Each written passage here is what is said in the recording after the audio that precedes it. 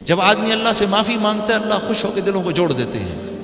ہاں جب آدمی بے باک ہو جاتا ہے، بار بار بار بار بار اللہ کو آنکھیں دکھاتا ہے، پھر چھوٹا سا اللہ کی طرف سے حال آتا ہے، چھوٹا سا اللہ کی طرف سے حال آتا ہے. لا الہ الا اللہ. اللہ کے نبی فرما رہے ہیں اے مہاجرین کی جماعت 5 چیزیں ایسی ہیں اور میں اللہ کی پناہ مانگتا ہوں کہ یہ 5 چیزیں تم میں آئیں.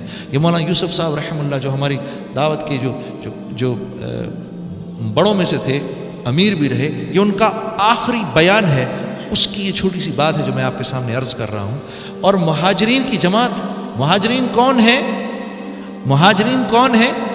یہ ٹاپ براس سے کہہ رہے ہیں اللہ کے نبی، سابقون الاولون سے کہہ رہے ہیں، جو ٹاپ براس بیٹھی ہے سامنے ان سے کہہ رہے ہیں، جو کہ مر مٹنے کو تیار ہیں، سب کچھ چھوڑنے کو تیار ہیں، جن کی اللہ تعریفوں پہ تعریف کر رہے ہیں. ابو بکر رضی اللہ تعالیٰ عنہ کیا فرما رہے ہیں؟ فضل والے، یہ فضل والے ہیں. ہاں اور عمر رضی اللہ تعالیٰ عنہ کے بارے میں کیا آ رہا ہے؟ وہ عرفہ سے صحابہ واپس ہو رہے ہیں تو جبرائیل امین آئے، یا رسول اللہ، اللہ رب العزت آپ کے صحابہ پر اس وقت فخر فرما رہے ہیں اور خاص طور پر عمر بن خطاب پر فخر فرما رہے ہیں. آسمانی عمر فی الجنہ، ابو بکر فی الجنہ، عمر فی الجنہ، عثمان فی الجنہ، علی فی الجنہ، عبد الرحمن بن عوف فی الجنہ، زبیر بن عوام فی الجنہ، سعید فی الجنہ، طلحہ بن عبید اللہ فی الجنہ، سعد بن ابی وقاص فی الجنہ، ابو عبیدہ بن جرح فی الجنہ. یہ 10 کو تو منہ پر کہہ دیا، یہ سب جنتی ہیں. کیا کیا بشارتیں مل رہی ہیں، ان سے فرما رہے ہیں. میں تمہیں کہہ رہا ہوں 5 چیزیں تم میں نہ آئیں کبھی بھی.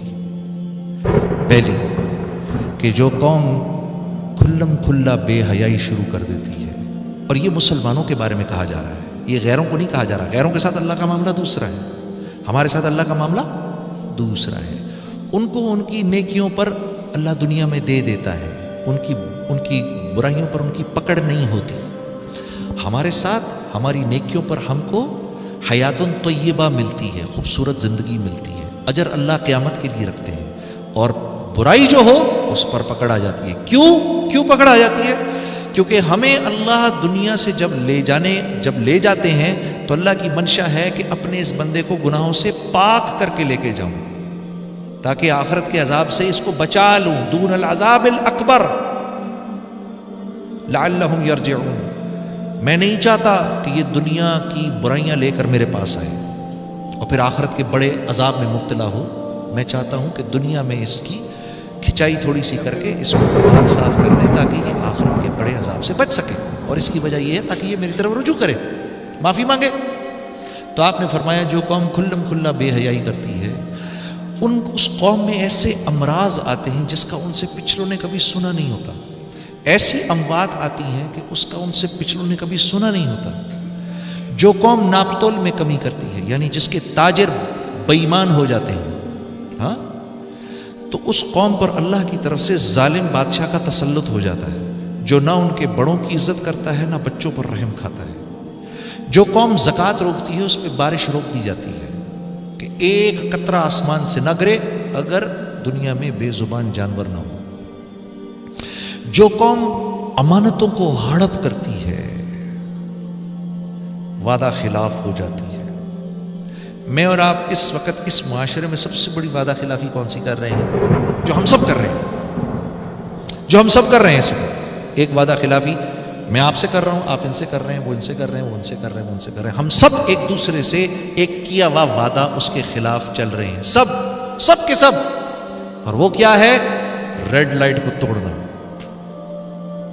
جان بوجھ کے ریڈ لائٹ توڑنا.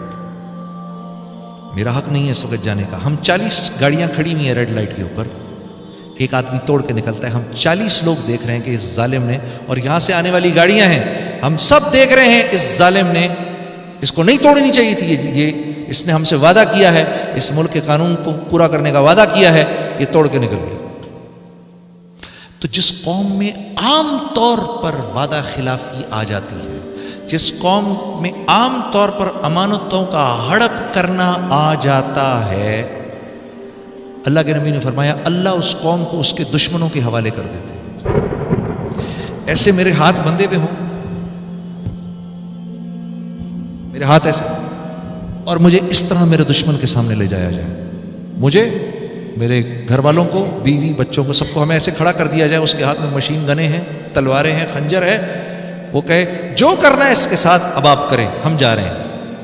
وہ کیا کرے گا میرے ساتھ؟ میرا دشمن بوٹیاں بوٹیاں کرے گا. یہ اللہ کا احسان ہے کہ ہماری بوٹیاں نہیں ہو رہی، ہو بھی